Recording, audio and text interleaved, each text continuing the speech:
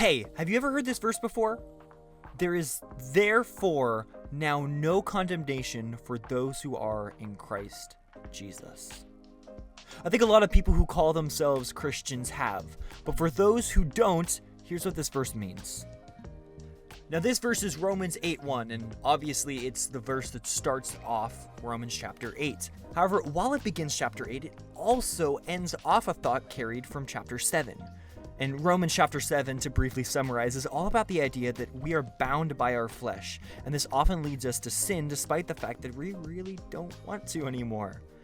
Romans 8 then responds to this, saying that yes, we are still going to sin because we live in the world, but we no longer have a spirit of flesh, but a renewed spirit thanks to the redemptive power of the cross.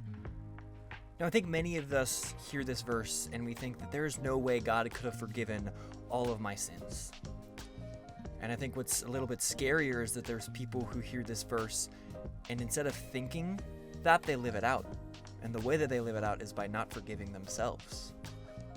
You see, friends, what this verse is all about is the idea that I have been set free.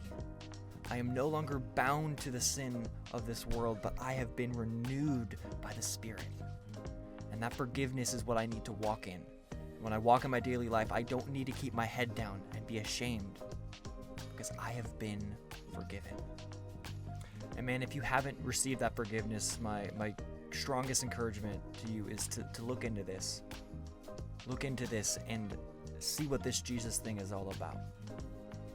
And I promise you, choosing to be forgiven, choosing to accept that forgiveness is the best decision you could ever make in your entire life.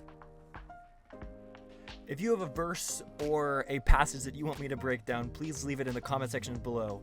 But until then, love God, love people, and stay blessed, my friends.